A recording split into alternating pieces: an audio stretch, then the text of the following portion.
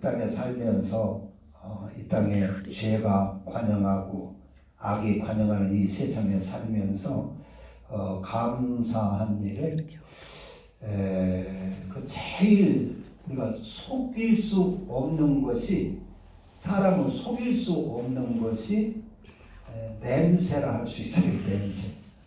냄새. 똥 냄새 우리가 속일 수가 없죠.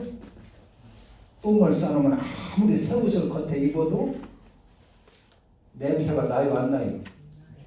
냄새가 납니다. 속일 수가 없는 것입니다. 남루한 옷을 입었어도 속에 향수를 뿌리면 향수가 나는 것입니다. 우리가 예수를 품고 살면, 내가 진짜 예수를 품었다 하면 예수 냄새가 나게 되어 있습니다.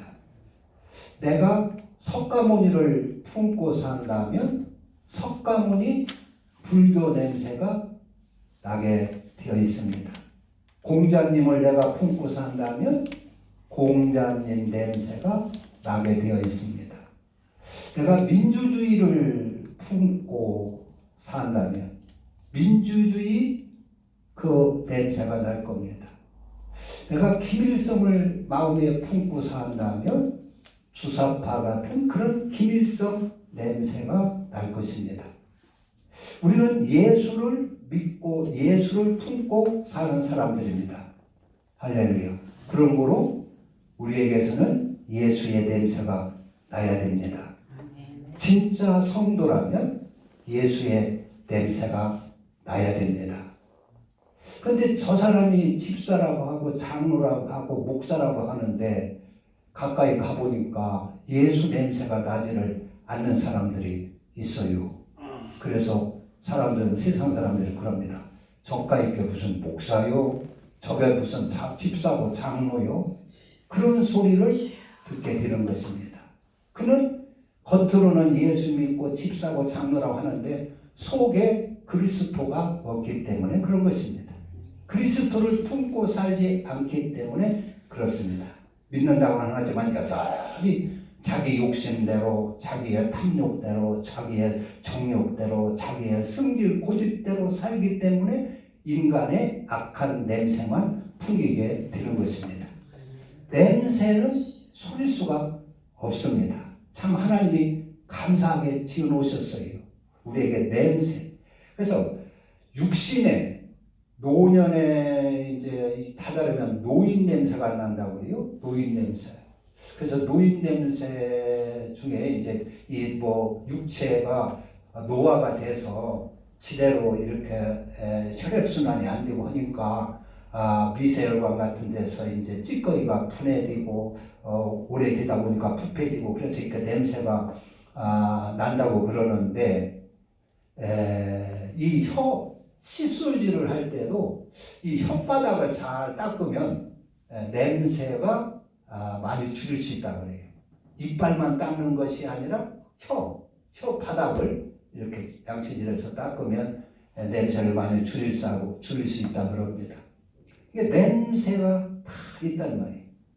예수 믿는 사람이라면 예수 냄새가 나야 되는데, 오늘 여기 이제 4절에 보면 내가 마음에 큰 눌림과 걱정이 있어. 많은 눈물로 너희에게 썼노니. 사도 바울이 고린도 교인들에 대하여 많은 걱정을 하고 있어요. 근심을 하고 있는 것입니다. 왜 근심할까요? 사도 바울이 왜 고린도 교인들을 향하여 걱정하고 근심하는 것입니다. 부모가 자녀들을 잘 공부시켜가지고 훌륭한 사람 만들려고 학교를 보냈는데, 학교 가서 공부를 열심히 해야 되는데 공부는 하지 않고 맨 놀고 잘못된 애들과 어울려서 놀기나 하고 그러면 부모가 걱정이 됩니까? 안 됩니까? 걱정이 되죠? 저 녀석이 커서 저거 못 될라는가? 저러면 안 되는데, 학생 녀석이 저러면 안 되는데, 걱정이 되는 것입니다. 걱정이. 그러니까 사도 바울이 고린도 교인을 향하여서 아주 근심이 많아요. 걱정이 많이 드는 것입니다. 왜 그래요? 예수 믿으면 예수 믿는 사람 나와야 되는데, 예수 믿는 냄새가 나고 예수 믿는 사람과 같아야 되는데, 예수를 믿는다고 교회는 다니는데 전혀 예수 믿는 것 같지를 않는 거예요. 저 사람들 저렇게 믿어갖고는 천국 못 가는데, 저렇게 믿어갖고는 안 되는데, 그런 생각으로 꽉 차 있는 것입니다. 그래서 바울이 근심하는 것입니다. 자기가 힘들어서 피땀 흘려 피 흘려 이렇게 세운 교회 교인들이 정신 차리지 못하고 서로 분파해가지고 싸우기나 하고 음행이나 저지르고 먹을 거 다 먹고 마실 거 다 먹고 즐길 거 다 즐기고 세상 사람들과 조금 더 다름없이 짝짝꿍하고, 그러니까 걱정이 드는 거요. 저렇게 믿어갖고는 안 되는데, 저렇게 믿어갖고는 구원받을 수 없는데, 저렇게 믿어갖고는 천국 갈 수 없는데, 그래가지고 속에 걱정이 생기는 것입니다. 근심이 생기는 것입니다. 우리는 하나님을 기쁘게 해야 할지언정 하나님을 근심시키는 성도가 되어서는 안 될 것입니다. 자녀라면 부모께 기쁨을 드려야 되어야지 부모께 근심거리가 되는 자식들이 되어서는 안 된다 하는 얘기입니다. 하나님을 근심시켜가지고 되겠습니까? 바울이 그래서 근심하는 것입니다. 예수 믿으면 예수 믿는 사람 나와야 되는데, 예수 믿는 냄새가 나야 되는데, 우리가 냄새는 속일 수가 없어요. 아무리 목사라고 해도 그 속일 수가, 예수를 진짜로 믿고 진짜 하나님의 종인지 아닌지 잘 분별하면 알 수 있습니다. 속일 수가 없습니다. 거짓된 목사는 거짓된 냄새가 나게 돼 있습니다. 우리가 속에 악한 마음을 품고 있으면 악한 냄새가 상대방에게 전달되게 되는 것입니다. 악하고 나쁜 마음을 내가 품고 살면 그 나쁜 기운이 내게서 빠져나가는 것입니다. 내게서 풍겨나가는 것입니다. 그래서 상대방이 나를 못마땅히 여기고 싫어하고 경계하고 그럽니다. 그런데 그것도 알지 못하고 저 녀석이 왜 나를 싫어하는가, 나를 왜 환영하지 않는가, 그래가지고 불만을 품고 속상해하고 하기 전에 나를 먼저 점검을 해봐야 됩니다. 내 속을 먼저 점검해 봐야 되는 것입니다. 내게 악한 마음이 있으면 나에게서 풍기는 것이 악한 기운이 나갑니다. 그리고 그 악한 기운이 감돌면 뭐 범사가 잘 됩니까? 잘 될 수가 없죠. 그래서 환경이, 예수 믿어도 예수를 10년 믿고 20년 믿어도 그 환경이 달라지질 않는 거예요. 그 저주스러운 환경이 고쳐지질 않는 거예요. 좋은, 내가 예수를 품었다면 세상에서 가장 좋은 분이 누굽니까? 예수님 아니십니까? 세상에서 가장 좋은 향기가 무슨 향기입니까? 그건 어머니의 향기고 예수님의 향기일 것입니다. 그게 최고의 향기입니다. 그래서 그 향기를 품고 살면 우리 주위가 나를 대하는 사람이 나도 모르게 환영을 하고 좋아하고 사랑을 하게 되고, 주위 환경이 점점 가정이 좀 화목해지고 가정이 아름답게 세워지고 그렇게 되는 것입니다. 이 바울이 고린도 교인들을 전도를 했는데 이들이 바꿔지지 않으니까, 예수 믿는 냄새가 안 나고 예수 믿는 사람 같지 않으니까 아주 걱정을 하는 것입니다. 근심이 가득한 것입니다. 예수를 믿으면 예수의 그리스도를 받아서 그리스도의 향기를 나타낼 수 있어야 된다는 말입니다. 우리는 우리 한국교회가 이 믿음은, 구원은 하나님의 은혜로 구원을 받는 것이다. 그래가지고 마치 구원은 하나님의 선물이고, 에베소 2장 8절에 보면 그렇게 말씀하셨어요.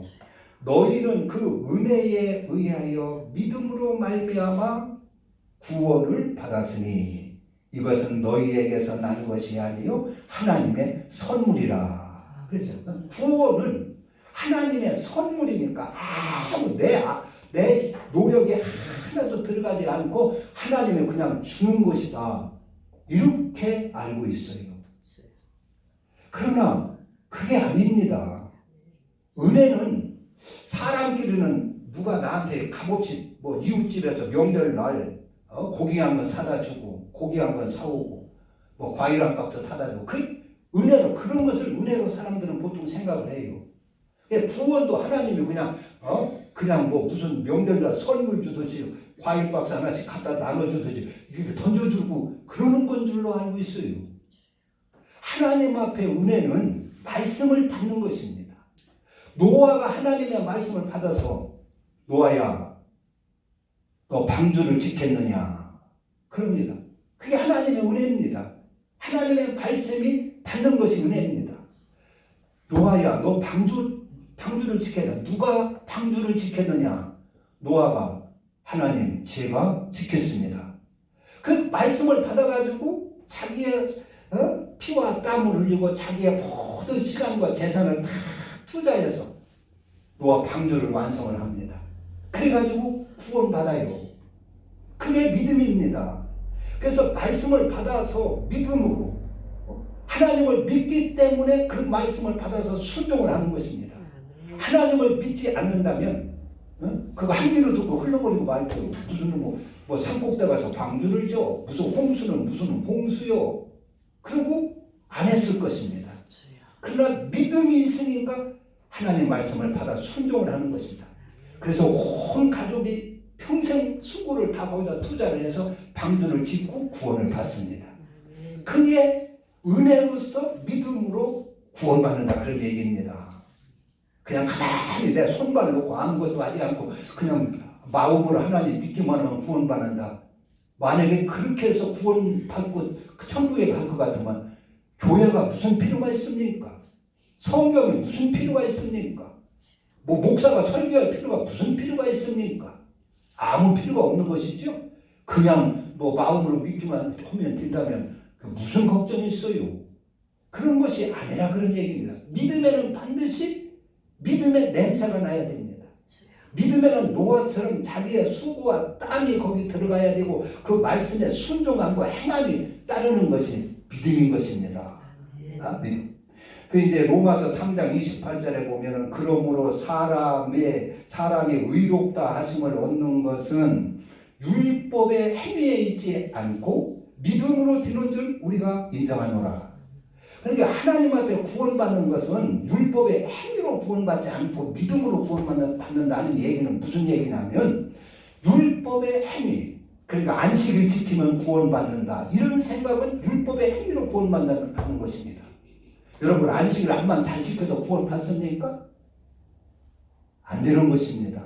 하나님의 말씀을 받아 내가 그 말씀을 이루어서 내가 하나님의 형상으로 희복되어야 구원되는 것이지 안식일 지켜서 난 교회 나와서 예배 드렸다고 주일 지키고 교회 나와서 예배 드렸다고 구원될 것 같으면 무슨 걱정이 있어요? 도둑놈이고 누이건 아무나 와서 주일날 앉아있다 가면 될 거 아니에요? 하나님은 그런 분이 아닙니다. 하나님은 눈 감고 그렇게 하나님을 속일 수 있는 분이 속일 수 있는 것이 아닙니다. 네. 그러니까 율법의 행위로 내가 할례 받았으니까 내가 율법에 의해서 할례 받았으니까 나는 구원받았지 이렇게 생각하는 것이 율법의 행위로 구원받는 것이 율법주의자입니다. 율법은 그렇습니다.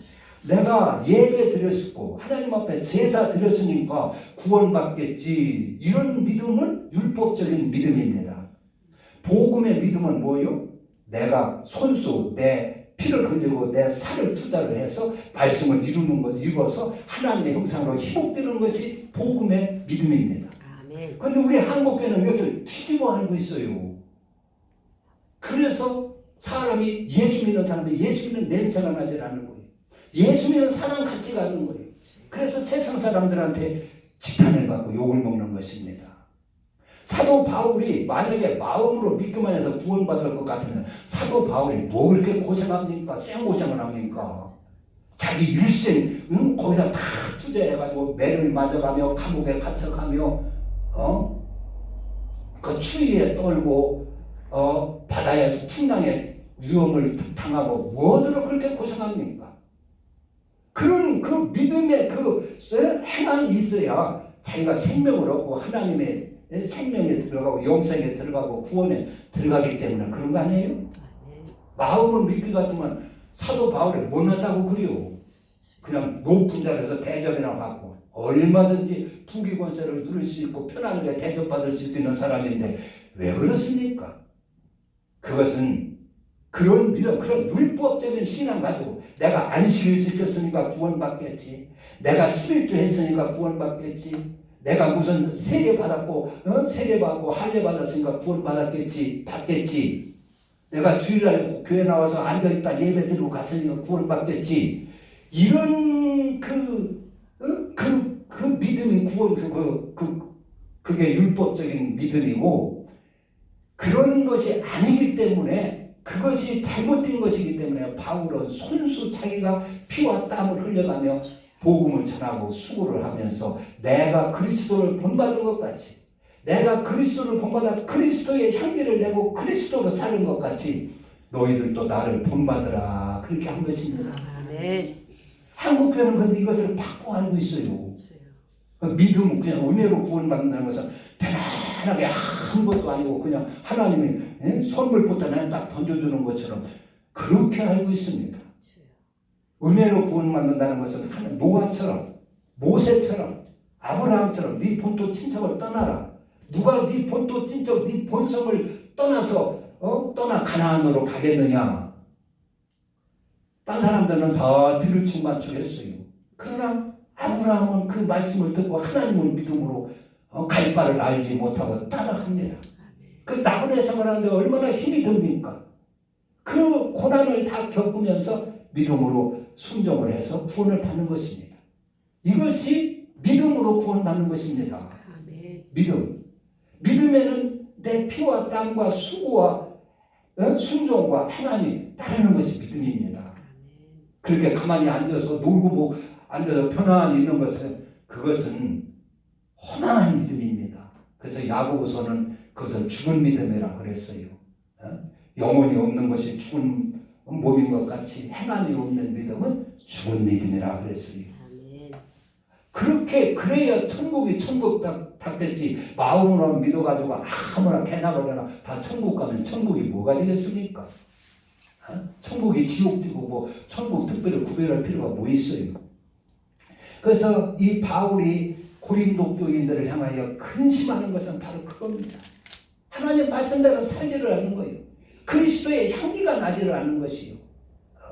음행을 하고 서로 다투고 시기하고 자기 잘난 척하고 대접이나 받으려고 하고 잘난 척해서 높은 자리나 차지하려고 하고 우상이나 섬기고, 그러니까 바울이 근심을 하는 것입니다. 그래서 4절에 내가 마음에 큰 눌림과 걱정이 있어 말을 눈물로 너에게 썼느니, 그런 것입니다.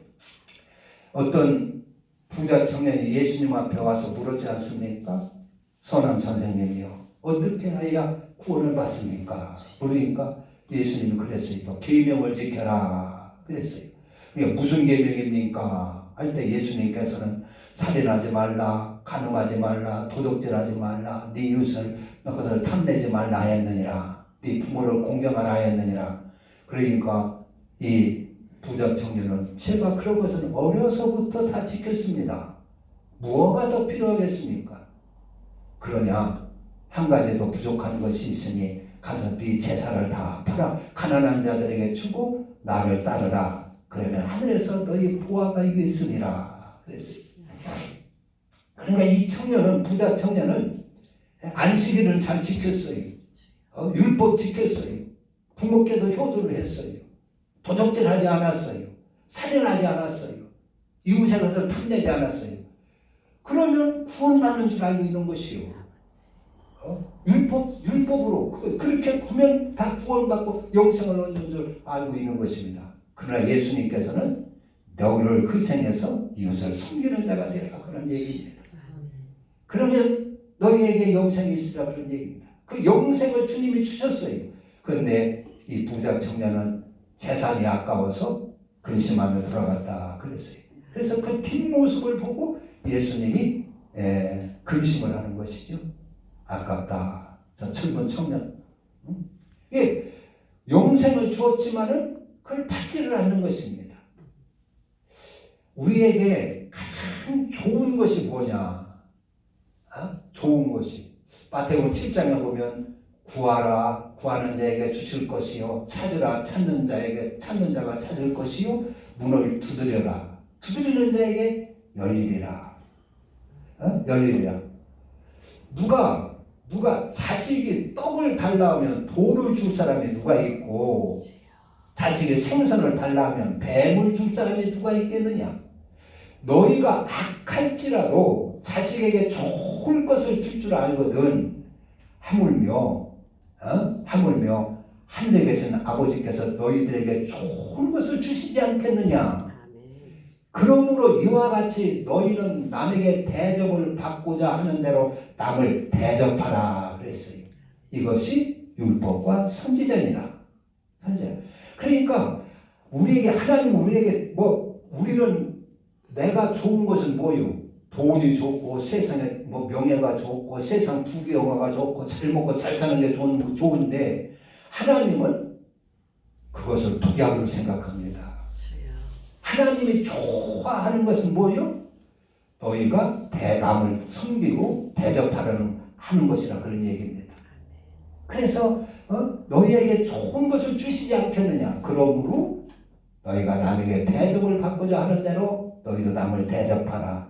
이것이 율법이요 선지자니라. 그게 그리스도 남을 대접하고 섬기는 것입니다.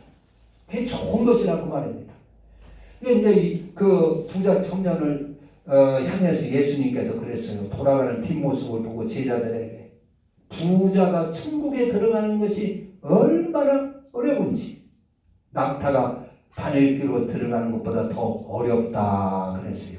그러니까 그것을 듣고 있다가 제자들이 주여 우리는 모든 것을 버리고 주를 쫓았나이다 그랬어요. 베드로가 우리는 모든 것을 버리고 주를 쫓았나이다 그랬어요. 근데 그 버렸다고 하는 것이 그렇다고 해서 재산 다 내던져주고 자식도 갖다 다 길바닥에다 내던지고 처자식 다 내던지고 그런 의미는 아닙니다. 베드로는 자기 부인이 있었는데 장모님도 있고 처가들도 있고 했었는데 그거 길바닥에다 내던진 건 아니죠?